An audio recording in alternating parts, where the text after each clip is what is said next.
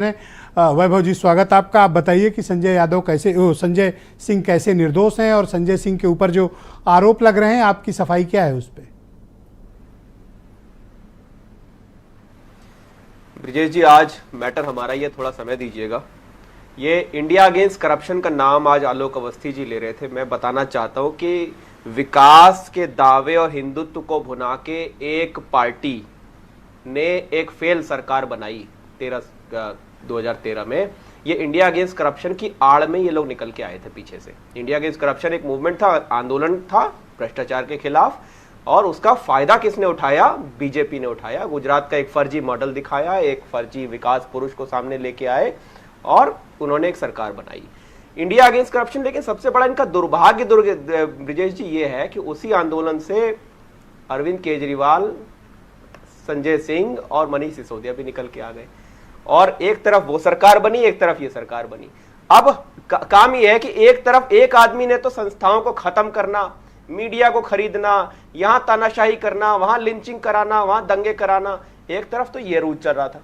दूसरी तरफ देश के स्कूल ठीक होने शुरू हो गए, दूसरी तरफ देश के अस्पताल ठीक होने शुरू हो गए, दूसरी तरफ महिलाओं को बस यात्रा मिलनी शुरू हो गई, दूसरी तरफ बिजली फ्री होने लगी, पानी फ्री होने लगा। ये दो तरह के मॉडल देश में 2013 के बाद लोगों ने देखने शुरू कर दिए। यानी कि एक तरफ एक्सट्रीम झूठ और एक तरफ एक्सट्रीम बढ़िया डिलीवरीज ये सामने आई। अब इनको चिंता क्या हो रही थी? इनको लगा पहले तो आम आदमी पार्टी एक बच्चा पार्टी है, थोड़ी दिन में इनकी साजिशों से तंग आकर या तो ये राजनीति छोड़ देंगे या फिर इन लोगों को निपटा दिया जाएगा।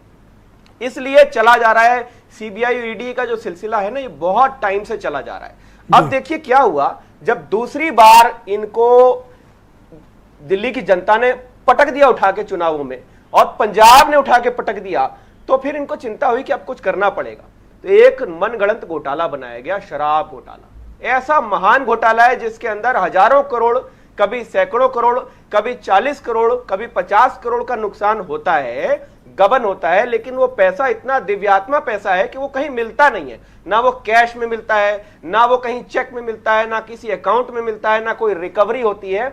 और इनकी जो ईडी है, यानी जितना जो इनका एंटरटेनमेंट डिपार्टमेंट है ईडी, वो जगह जगह जाती है। मोदी जी अपने मनोरंजन के लिए उसका इस्तेमाल करते हैं। वो जाती है, फेल छापे मारती है, अलमारियां खोलती है, लोगों के बच्चों को परेशान करती है, महिलाओं को तंग करती है, और सबको परेशान करने के बाद में शाम को बाहर निकलती, कहती बहुत बड़े सुराग मिले हैं। कोर्ट में जाकर कहती है बहुत बड़े सुराग मिले, जांच करनी पड़ेगी।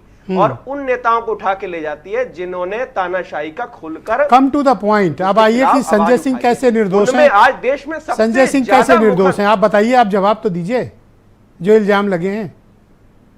आज देश में सबसे ज्यादा मुखर आवाज कौन सी है?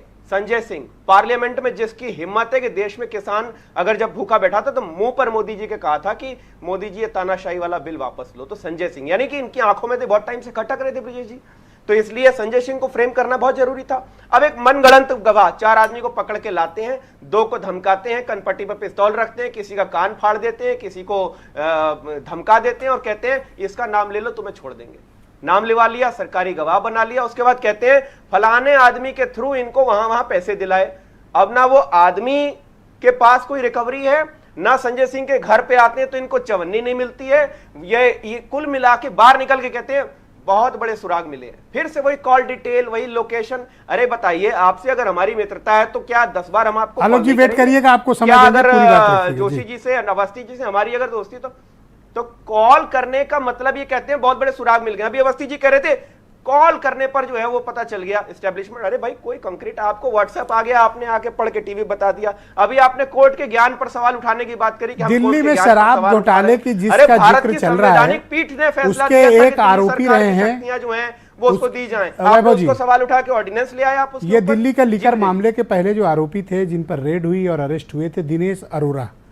ईडी ने सारा कुछ चार्जेस अरोड़ा के स्टेटमेंट के माध्यम से संजय सिंह पर बनाए हैं।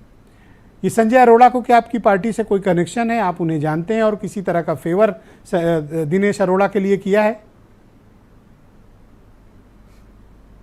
मैं तो यही कह रहा हूं ब्रिजेश जी, ये तो इनकी जो महान एजेंसियां वो उनको तय करना है ना, उनको स्टैब्लिश करना है कि क्या कोई फेवर लिया है, क्या कोई फेवर दिया है। ये अपने कमरे में 4 आदमियों को ले जाके बंद करते हैं, वह धमकाते हैं, बाहर निकल के कहते हैं उसने ये बयान दे दिया है। आप खुद ही सोचिए, अगर 4 लोगों को ले जाकर इस तरह से धमकाया जाए, टॉर्चर किया जाए, लोगों के परिवार है, हर आदमी ऐसा तो नेता है नहीं जिसके पीछे परिवार ही नहीं होता है, ऐसे नेता तो कुछ ही लोग हैं, पीछे परिवार होता है, तो लोगों को ये धमकाना आसान होता है, इनको ये बात पता है, लोगों की नब्ज होती है। आलोक अवस्थी ने एक शब्द का जिक्र किया कि 2 और नेता राडार पर हैं, क्या राघव चड्ढा और केजरीवाल?